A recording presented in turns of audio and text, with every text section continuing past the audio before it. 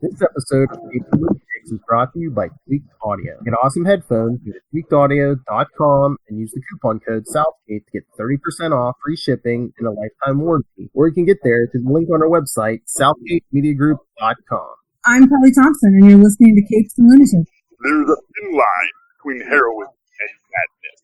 Here the line fades to nothing at all. This is a world of capes and lunatics. Nothing is off limits. Good morning, everyone. Well, our little girl's out in the world, making her way.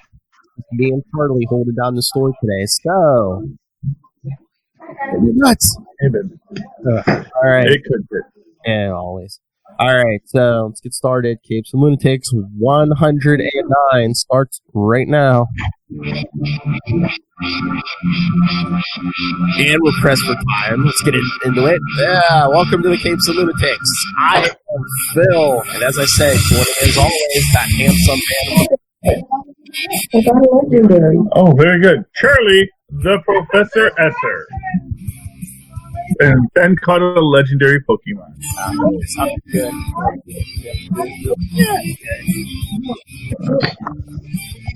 It's all good. All right. I'm going to talk a bunch of stuff today, but you want to jump into Jessica Jones first? Yeah, we'll do a little of Jessica Jones because it gives us a chance to hype the AKA Jones cast coming back for one more third and final season over on Capes and Lunatics and enough said, yes. Okay. So I was just waiting for the music to start. Yeah. That's a very long intro song today. I don't know. Seemed longer than usual, but I might just be more tired than usual. Yeah, so Jessica Jones. She's back from outer space. Just came in. With that said, look upon your face. Favorite part about this is Trish's training montage. Oh yeah, in the beginning of episode 2. Yeah.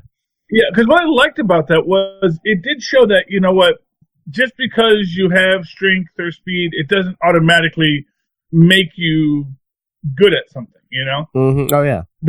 It gave her an advantage. Gives her that certain, those cat-like reflexes and that cat-like speed, but that she still had to learn to use it. And I like that because, when we had the end of the previous season where she drops her phone and she catches it on her foot. That she tries to... And then, of course, she immediately tries again and she can't do it. Drops the phone. That was a great scene. Yeah. And then that guy that Jessica meets at the end of episode 1, is that Full Killer? No. It's, well, I mean, yeah. Do you want the spoiler on it? Is so actually, the guy she meets at the end of episode 1, yes, that is Full Killer. Oh, okay, but not the guy that she meets at the end of episode 1. Okay. The stabby guy, Oh. And here's my biggest complaint about this. He clearly stabs her in the lower abdomen. The pancreas is actually behind the ribcage. You wouldn't hit the pancreas where she got stabbed. Oh, did they? I didn't get that far. So they said she did get. Oh no, not the pancreas. What was it? Her spleen. Mm-hmm. Her spleen is actually up here. So she did get hit in the spleen or something. Oh, I'm sorry. Okay, they don't mention that until the next episode. Sorry. That's spoiler. No, yeah, no, that's fine. Yeah, and that's like this whole thing. She has a splenectomy, and it's great because her doctor does a lot of dad jokes. He says, "Let me explain it to you." Yeah, that was Jessica's reaction as well. So, no, but all in all, I'm enjoying this season, and it has some really good qualities to it. We're definitely, much in the same way that I kind of feel like, the very end of The Punisher kind of had its own, it had a shift. It didn't end the way you expected it to. It ended very quietly. Mm-hmm. Whereas everything prior to that was all explosion, and this one ended real quiet. And I can feel that, likewise, this one is being a much different way of approaching Jessica Jones. I think it's a lot more cat and mouse, and it's a lot more of trying to navigate the world as a hero. So I really like this. Hogarth has a very interesting sub arc in this, and it looks like they're going to be doing some kind of an interesting Civil War kind of tie-in idea here. So that will be fun too. So yeah, I just thought that was interesting in the first episode. Her calling Jessica, basically, if things get too bad with her medical condition, it's just like, oh yeah. She's like, what? I'm just supposed to decide when? She's like, I can't know what's coming. Yeah, well, yeah. Anyway, sorry, sneezing. It's like not quite out yet. But yeah, like when Jessica was like, oh, about 1 pill or 2 pills. When Hogarth, I was waiting for Jessica to be like, see, you want to live. Well, yeah. Well, because what we see is that maybe it's one of these things. She's not quite sure where she wants to go with this yet. Mm-hmm. She is taking, some radical treatments, and it's an interesting problem for her to be dealing with, but it is an issue that she's going to be dealing with, and it is something that's going to be an ongoing question for her, obviously. I don't want to get. I've only seen 3 episodes, and so like I said, I don't want to spoil certain qualities of it for you, because there's a lot of neat twists and turns that the story is going to take over the next 3 episodes that really get you engaged and really make you go, ooh, I wonder what's going to happen next. Well, that's why you can binge it.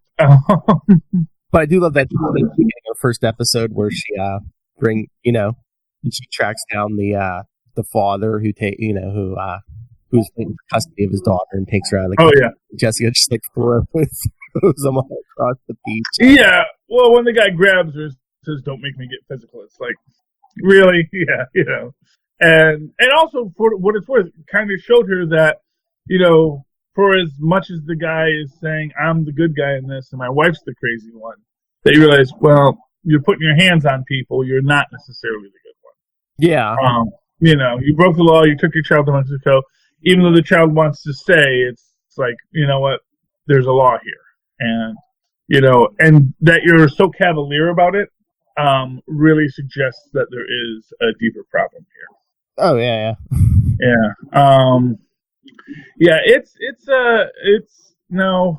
did Malcolm and the athlete, did that happen in this episode, or was that the next episode? First episode, yeah, with the car. Yeah.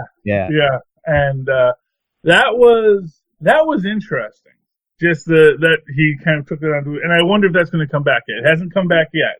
But we did see him be like, peeing in his, blood in his urine and that kind of stuff in the next episode. And I'm wondering if there is any kind of damage that he got from that accident. But we'll see. It's an exciting new and final season, and I'm excited to see where it goes. I mean, it's too bad that we couldn't have a more integrated cinematic and TV universe. I mean, not for nothing, the whole Thanos snap thing, it's kind of bugging me. Just the fact that, for what it's worth, that, Marvel Studios knows they have these other properties that are tie-in properties, and they're not communicating with them. They're not properly communicating with them. And that's the frustration, you know? Like, for example, with on this week's Agents of S.H.I.E.L.D., where we do find out. And we also find out what I think is kind of the important point is that what the Chronotons are running from is the same thing that Sarge is dealing with, So, which is one of these things where it's like, oh, gee, if we had all come back and we could have all worked together, maybe we could have solved this problem. Yeah. I just want to know what kind of mindset Sarge is in, because it's like, I don't know, he's just like, no, it's impossible. There's another, someone who looked like me on this planet. I'm like, aren't you the one jumping from Earth to Earth? That never you that there's like, yeah, but I think he thinks he's jumping from planet to planet, like actually, like Jupiter, like not to Earth, but obviously they're all humanoids. They probably are going to alternate dimension Earth, so he may not even really realize what he's jumping to. And it's also kind of an interesting thing when he says about how he's, older than she can imagine, because he makes the statement that he's been on planets that move near the speed of light.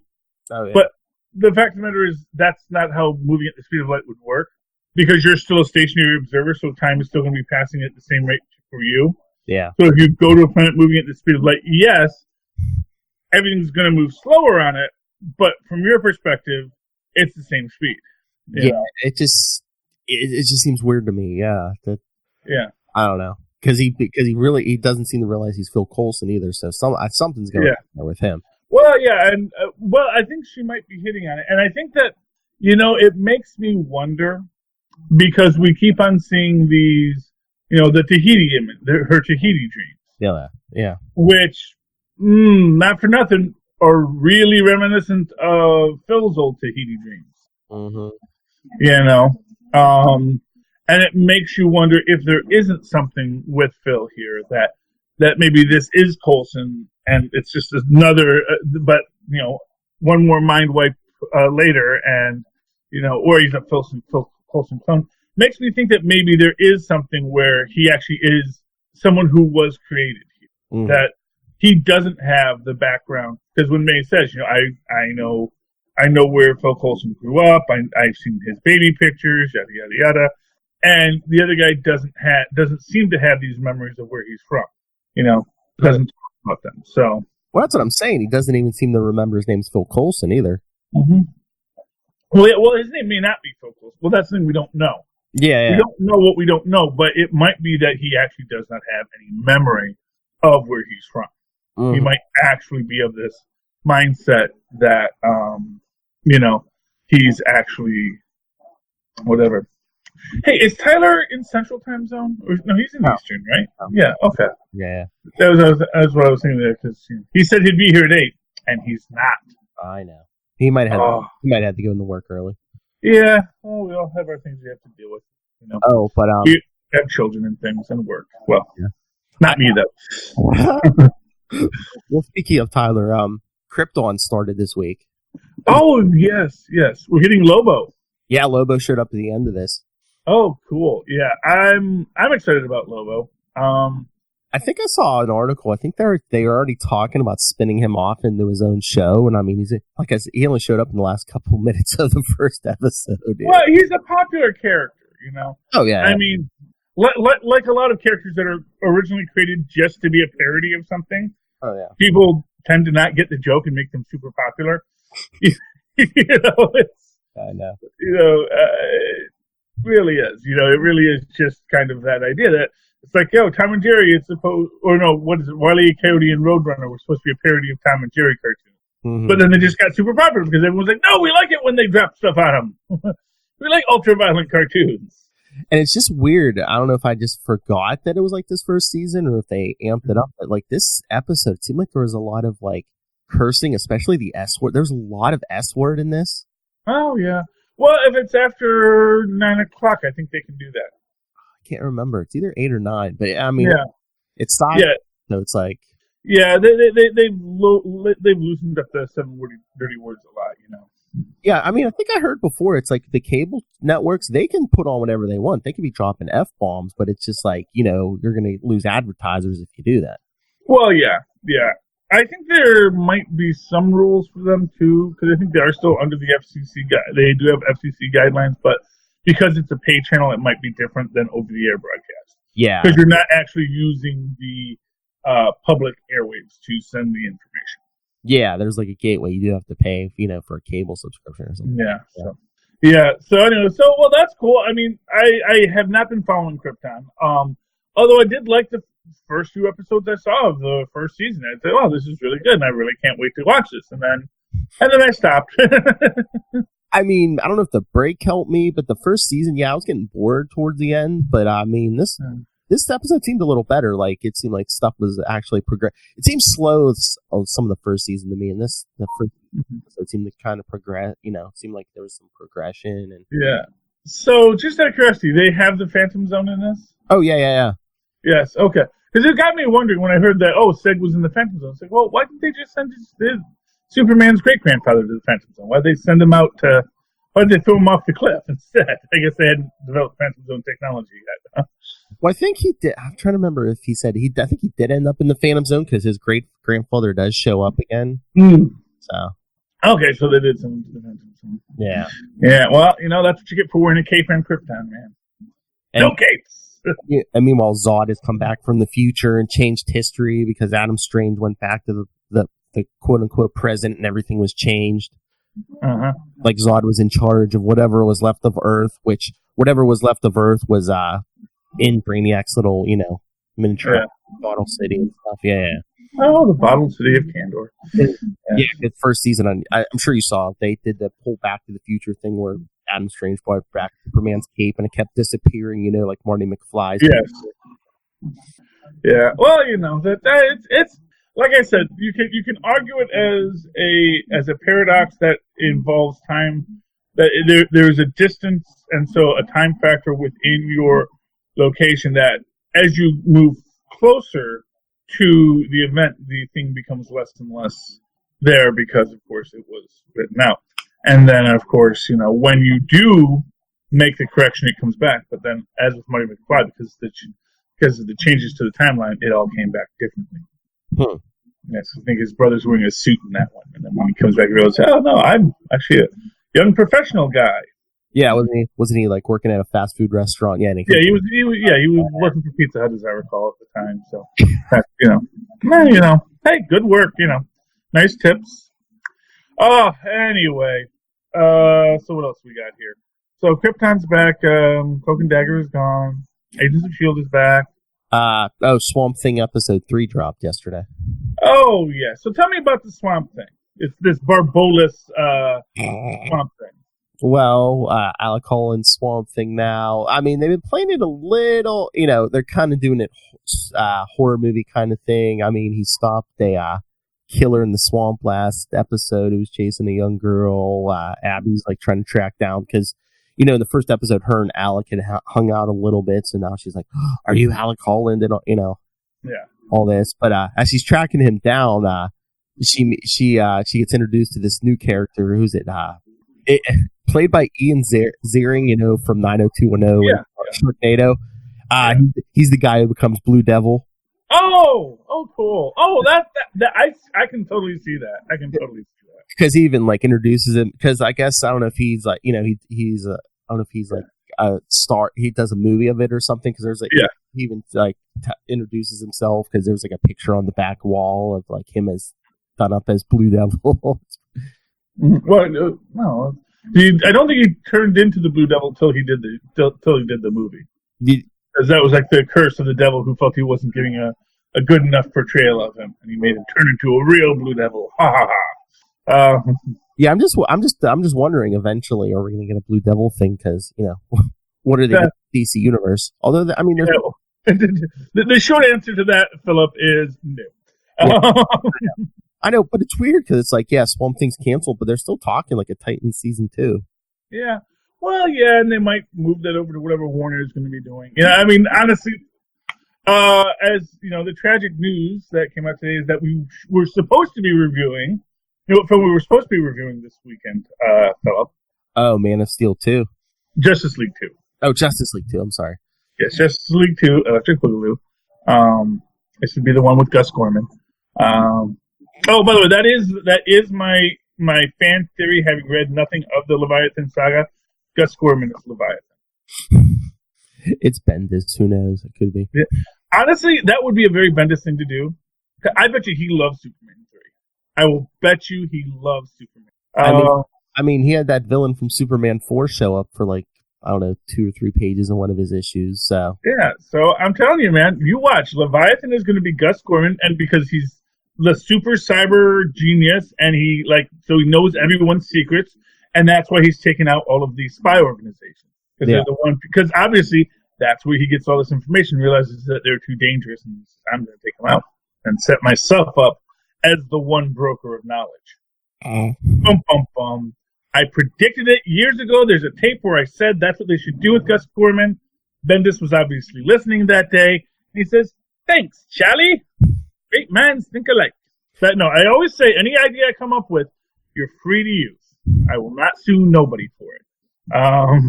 But no, I mean, I think I kind of see the writing on the wall. I mean, I was talking to you guys yesterday a little bit about this, but just Bendis is, I swear, is breaking up Superman's family because, I mean, we're talking, Bendis is bringing back Legion of Superheroes, and they're talking about Superman having to make a hard decision. So I think, I think he aged up Superman's son so he can go to the future.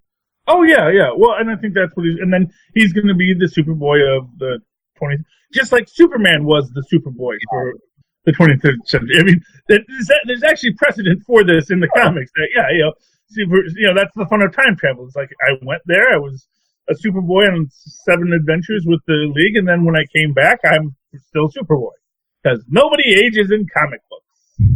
And I just wonder if it's that decision and what's going on now that are going to separate Clark and Lois for a while, because in that event Leviathan #1 this week, Lois is like with Batman and Green Arrow, and they're just like, they even run into Steve Trevor, and Lois is like, yeah, Superman's off planet. She's like, I didn't tell him what I'm doing. I guess trying to track down Leviathan, but she's working with Batman, but not with her own husband. It's just, well, she's getting her own book too, so I just wonder if this is, their way of just...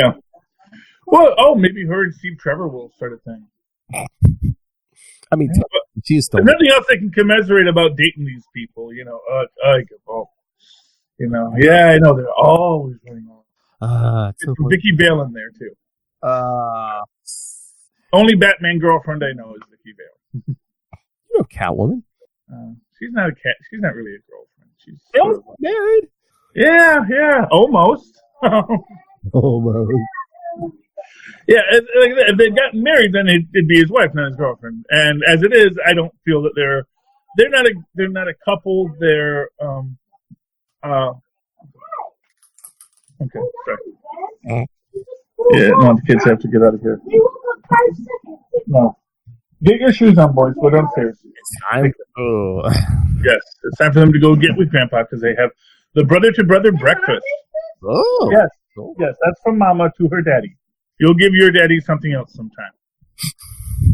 There we go. Getting my Father's Day hugs. That's right. It's Father's Day weekend. Yep. Thank you, Betty. Okay, have a good day, boys. Anyway, sorry for the slice of life there, folks. What? You can bring whatever you want. Anyway, so where were we? Oh, yeah, Lois is stepping out on Superman with Steve Trevor. I'm totally down with that. Honestly, like I said, I think that these supers take advantage of these poor folks, make them live the lie, don't tell anyone my secret identity. Yes. Yeah, as it is. That was actually one of the things I was thinking recently about Brightburn. And Brightburn's like evil and all that stuff right now, but he's also like, 10? Yeah, I think. And it's just this idea that, he's still going to mature. Mm-hmm. And it would be interesting to see the Brightburn story be, he started out as this petulant supervillain, and then eventually he grows into being a Superman. And he realizes, man, that's pretty sucky what I was doing. But it's yeah, but it's how much damage is he going to do until he matures? Yeah, well, just like Superman. Anyway, but I was just, I was actually thinking it would be even cool if they do that Brightburniverse, if they actually introduce him to the wrench, and he's that little more mature, kind of older Batman type, and he sort of mentors him and basically explains to him, you can't just kill people because you want to. They got to have a reason to be killed.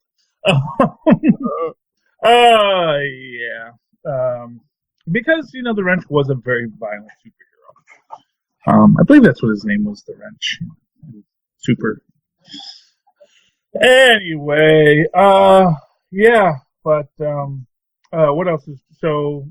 I was just throwing out some comics, but, yeah. Hawkman 13 was very interesting. Oh, good. It was a one and done, which you don't get those anymore. I know. That's what to say. Just that these days, that's very rare itself. But it's just they played with the reincarnation thing because it showed. It's the whole thing lately is they've been showing some of his multiple lives weren't even on Earth. He's remembering this. I don't know how long ago it was, hundreds of years ago or something. There was these two alien races just battling generations on this planet. Mm-hmm. He reincarnates. He's on one side of the war, then he's on the other side of the war. Then he reincarnates again. He's on the other side of the war for like generations. He just like inside. So eventually, I guess he remembers enough where he just like kind of says like he starts offering food. You guys doing him. He starts like offering food to the other side because both sides are suffering. So it kind of it kind of brings peace to it, and then eventually in the present he returns to that planet and they got a statue of him like offering food to the other side and stuff, and yay! It's humanity. It's like neither side in the war returned to their respective planets. They all just like stayed there and like formed this new society, I guess, and stuff. Oh, well, that's nice. So they were like an invading race of this other planet, and then they just kept on fighting out over this one planet. I think it was just two. I don't know. They never even say why the two sides are fighting, because even after a couple generations, the sides are like, "Why are we fighting?" I don't know.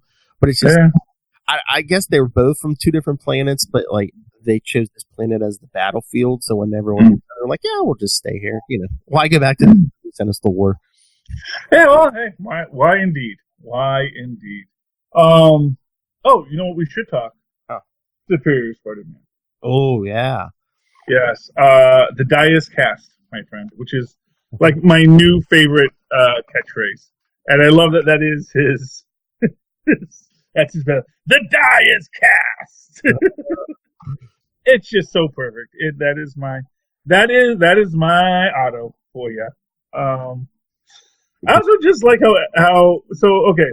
First off, we have this great thing where he's like putting everyone in San Francisco out of phase with reality. Yeah, so he's just like, it might be bad after a while, so maybe I should hurt myself. I really got to do this quick because I have no idea what the long-term effect of that is. But hey, you got to act fast. Just like honestly, Reed Richards would have done the exact same thing. Oh, I know. Oh, 1 second, vamp. Okay. All right. So we were talking Superior Spider-Man. It's a War of the Realms tie-in. I like the inclusion of the West Coast Avengers. I wish Kate. Oh, you forgot. Join. I told you someone else. Okay. I guess the tie-in book. There he is. Sorry about that. That's okay. Yeah. No. Yeah. Just forgot the Father's Day card for his grandpa. Yeah, but I love them coming back. I love Gwenpool, everything she says in this. It's just so perfect. I know. Yeah. It's like, wait, well, we don't want to be, legacy characters get killed off in the crossover. Yeah, exactly. And then just make this point, like, that where she said, or the revamped characters that people like just long enough until people remember that they're they want the originals back, and of course they're kind of a team made up of people like that. And I just love. She's like, I wish Kate could join us, but I'm sure she's busy in another tie-in, which she is, yeah. But she knows her stuff, man. That's what's great about it. But there's such pandering to you. It's Otto, it's Gwenpool, the Fantastic Four show up at the end. Oh yeah, it's great. And actually, what I love about that is just, I love, once again, just how everyone's like, yeah, okay, we heard you're cool, Otto. Yeah. The superhero community really is kind of just above the law. You gotta love that.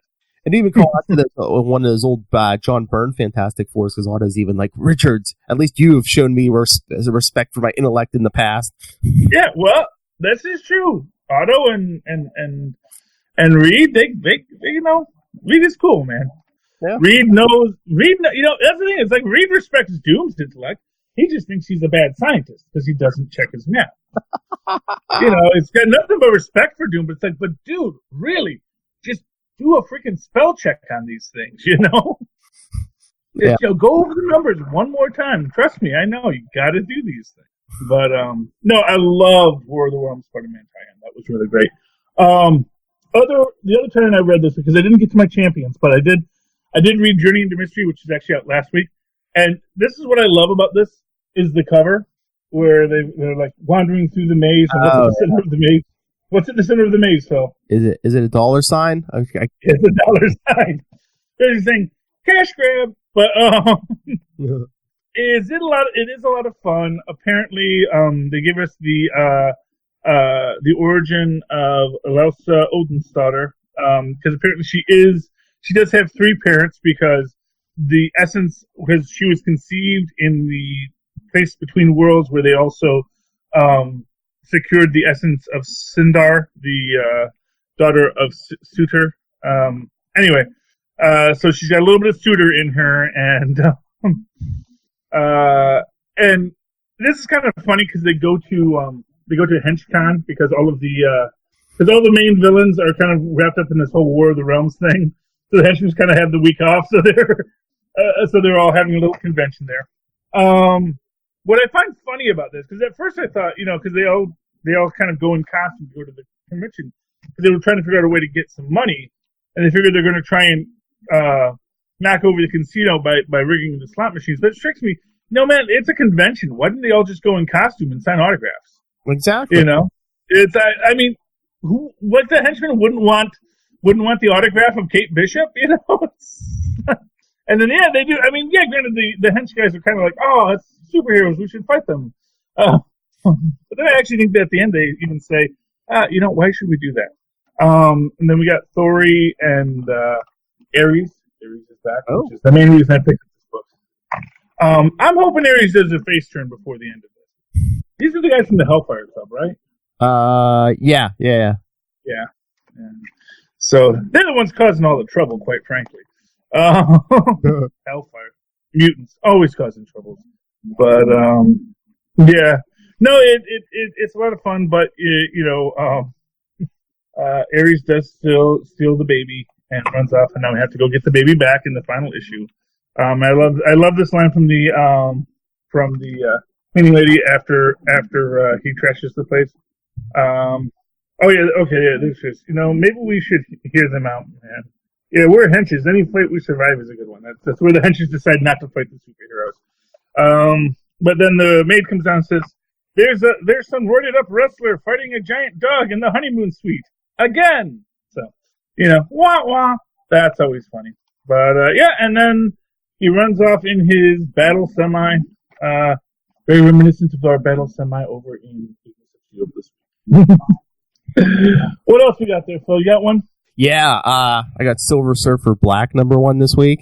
Oh, yes, this is what happened to him in the black hole, right? Yeah. He actually gets, after he helps free everyone else who was trapped, in that first Guardians of the Galaxy issue, he gets, it's weakening him. It's almost like this black hole or whatever's, sucking his powers, and he gets thrown it. I guess Donny Cates was saying online that he gets thrown back in time because he runs into, this dark world with all these alien races, and he helps them light it up, but he uses a part of his power. That's why his one hand's all messed up.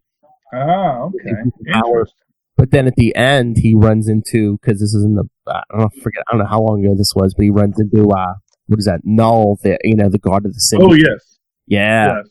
Yeah, it's really, it's really interesting, but I wanted to bring it up too, because on the text page in the back, Donny Cates was talking about this whole thing. He was saying he was working on this issue when he found out Stan Lee passed away.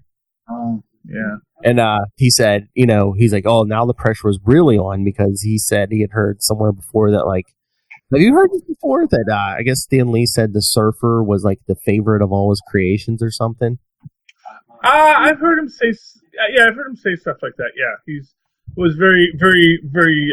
Well, he was the guy who wrote the Silver Surfer comics, and so that was that was where he got to be his high-minded intellectual Stan Lee. That's where he got to be his the great spheres of the universe stance kind of guy. Humanity.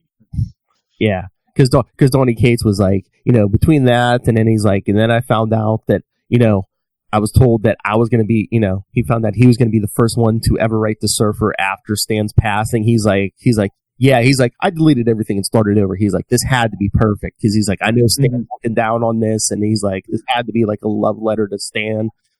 Yeah, well, that's awesome. That's lovely.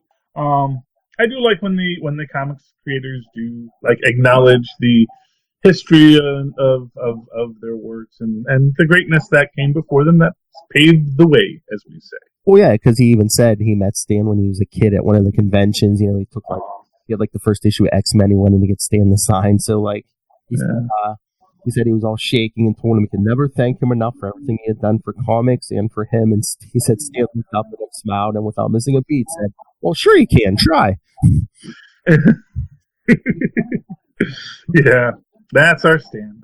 It's great regret in life that I never got to meet the man. I know, me too. Yeah, well, you know, it's one of the many people that, yeah, after they pass, you go, I wish I would have gotten to meet them. Okay. Do we want to talk Immortal Hulk? Sure. Yeah. Okay. Still great. Still wonderful. I'm guessing this is supposed to be Betty. The new Harpy is supposed to be Betty. Yeah. Betty was the original Harpy because when we're getting the flashback, she's flashback to her and she's saying, you know, that's me. And she's watching the butterfly and all this kind of stuff. I'd say they're definitely playing it that way. Yeah. Yeah. So, and we get to see that, you know, our current General Fortran started out as Thunderbolt's driver and was, you know, a relatively neat guy. And, you know, we have the little parable of the butterfly caught in the spider's web and, you know, how the butterfly can't free itself without destroying the web and yada yada. And sometimes the web is more important than the meal, you know, that it's more important to keep the structure. And we get why we have our little messed up. And this is actually a question I was having there. The two heads, is that supposed to be Rick and Emil Blonsky? I think so. That's the way I took it. Yeah. Because I think the first time they designed it, they made them look very similar. Mm-hmm. But this time now it looks like these are supposed to be two completely different people in there. And they start vomiting the stomach acid, which apparently the Hulk's healing factor can't heal on. And what I also like in this is that, again, you know, we have our cleanup crew come in, and then, of course, Harpy shows up, and that's pretty awesome. At the end when she... Well, I was just like the big splash. Oh, yeah. Yeah. But it is. I mean, and of course, Jackie McGee is getting very freaked out by all this. It's like you're just murdering people like left and right, and it's like, you know. But this is Betty's murderous rage. You know, we get her flashbacks to her time with Bruce, and what I like, and it's just honestly, it's kind of almost sad because he's like back to childlike Hulk. Yes. You know, which, you know, I guess, you know, that's his defense persona when he is threatened, when he is, you know, he can't be the strong, big control guy. So now it just becomes little childlike Hulk. But then, you know, Betty kills him. I just wonder if that's going to be like a red herring where, you know, I don't know if Harpy on some level knows that, you know, Hulk can't heal from the acid, but if he does a full death, he'll come back. Yeah. I was going to say, what's the name of the book, Phil? Yeah, that's what I'm thinking. Yes. So, and she eats his heart. Butterfly was the name of the book. Honestly, it's a great book as always. Immortal Hulk is still one of the best books Marvel's putting out there, if not the best book Marvel's putting out there. Oh yeah, and the art's great. I wonder if that's some kind of metaphor, her eating his heart or whatever. I mean, she's a Harpy, you know, but she's getting that gamma infused energy too, man. You know, Hulk heart. You know, I don't know if you ever saw Frankenstein versus Frankenstein versus the World, where the kid eats Frankenstein's heart and then becomes like a giant Frankenstein Gaiju monster. Okay, it's a classic Japanese B horror film, and Elvira's still in hell, and that's fun. Yeah, Elvira, Mistress of the Dark. She's stuck in hell, and she's trying to speak to the manager, and she's getting taken on a tour of hell with a guy by the name of Glenn, who is her Virgil in this story. But which issue is that? This is Elvira, Mistress of the Dark, number 6. Oh. And he makes the point about basically, you know, demons are, you know, the 1,000-year, like the inbred offspring of the stupidest angels, because it says, well, think about it. You know, one day a guy comes up to you and says, "Hey, I'm going to go wage war in heaven against the Almighty." to beat him up. And these are the guys that said, "We're with you, boss." Clearly, all the intelligent angels like, I don't think you can just beat up God, and he basically says, they're the offspring, the inbred offspring of literally angels who thought whose arms were too short to box with God or something like that, That's great. And then Glenn and Elvira meet a Minotaur at their next one. She did meet Cerberus, who was a big puppy, and they had fun with that. And there's Sisyphus rolling back down the hill. That's like the easy part of the day, Anyway, really good. It's a fun book of our wandering through hell. It's got its nice little meta gags, and it's a beautiful book, Phil. I highly recommend it. Okay, anything else you want to talk about, or do you want to go off and talk about stuff on superconnectivity? I got more books, but we can talk about it on superconnectivity. Okay, well, wherever's best, Oh. That's all the books I read this week, so. Okay. But if you want to talk extra books, you can definitely talk extra books on superconnectivity or here, depending on what you're feeling, Phil. And I know you have some theory. You have some far from. I got lots of theories. I got lots of far from home theories. So check out superconnectivity for that. All right. Mm-hmm. Okay. All right. So let's wrap this up. All right, Charlie Esser. All right, everyone. Send your thoughts on any of the TV shows, comic books we talked about this week. Any movie news. Send your thoughts, capesandlunatics@gmail.com. Follow us on Facebook, facebook.com/capesandlunatics, @capeslunatics on Twitter. Follow us on Instagram, Capes and Lunatics. Call the voicemail, 614-382-2737. That's 614-38-CAPE.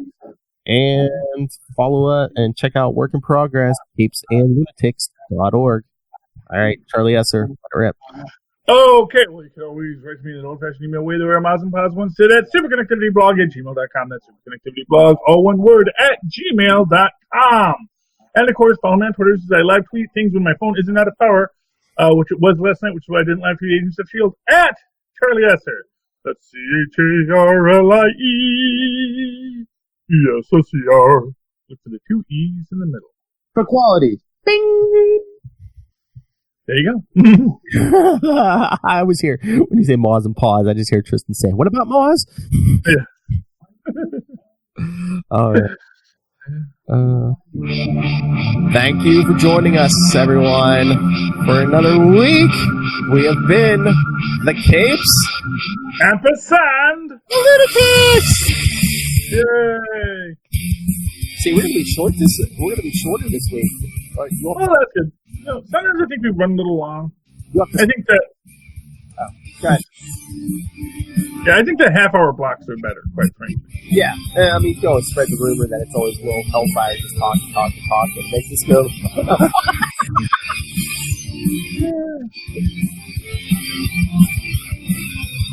We miss you, Will Hellfire. We do miss Little Hellfire. She makes this show great again. She's working all day. She's working 8 o'clock tonight.